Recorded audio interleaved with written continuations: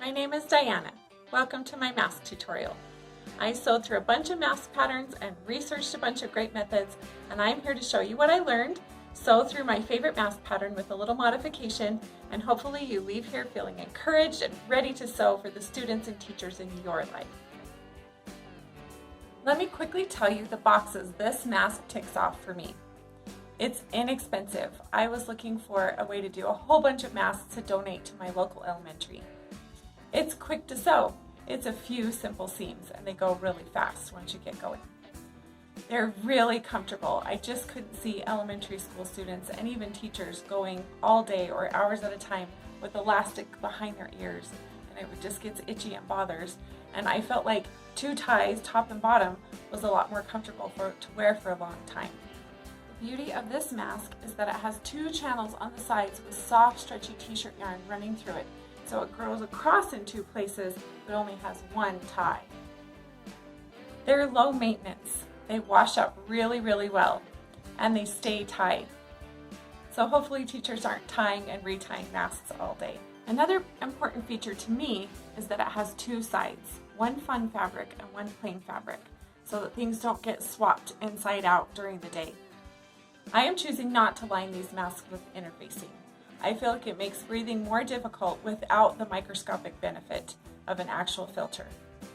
We're going for moisture control and keeping our germs to ourselves, and 2 layers of good cotton fabric accomplishes that goal far better than no mask at all. You can disagree with me, it's fine. If we got to spend 5 minutes talking about anything other than pandemics and masks, I'm sure we'd be friends. So let's get started. When I cut this pattern out, I added about 3/4 of an inch to an inch along the straight sides. Cut out 2 of each of your coordinating fabrics. First, sew the curved seam on one and then the other from nose to chin. When I'm sewing a bunch of these, I chain them all together, one right after another. This saves time and thread. This is the trickiest part, and it's really not that tricky. Take your time and use a couple of pins and sew them right sides together.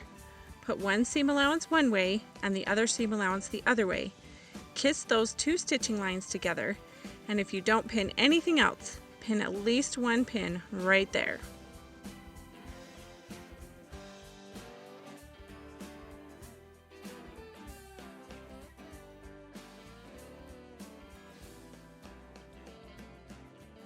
Now you can sew all the way around, leaving a hole at the bottom to turn.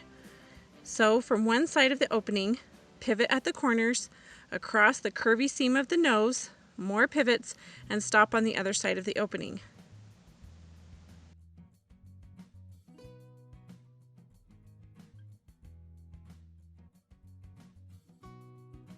Before you turn it right side out, trim the corner bulk out.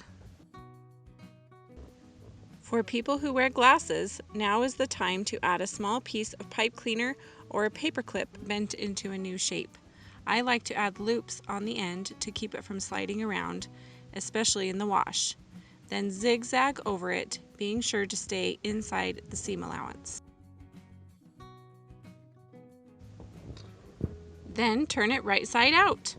Push the corners out with your finger, resist the urge to poke it out with something sharp.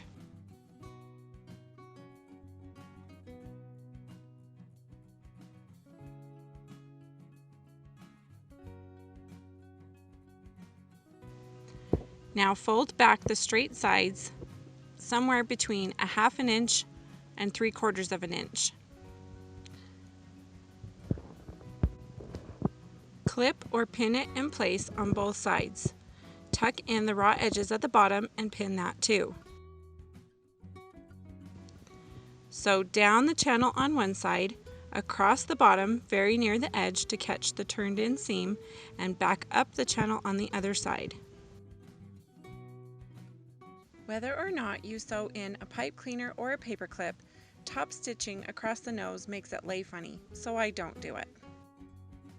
This is a ball of t-shirt yarn. Measure out about 36 inches and cut it off. Use a safety pin to thread it up through one channel and down the other. Can we talk about how awesome t-shirt yarn is for a second? I linked a great tutorial in the description. Using this, I got 27 yards out of one women's size t-shirt without using the sleeves. On average, that's 27 mask ties from one t-shirt. And it's very comfortable without pulling on hair or ears.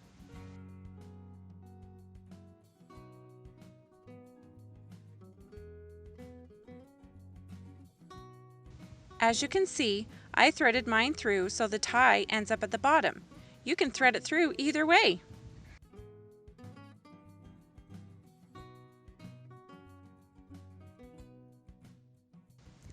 The t-shirt yarn is just stretchy enough that you can pull the mask down and have it hang and put it back on without retying.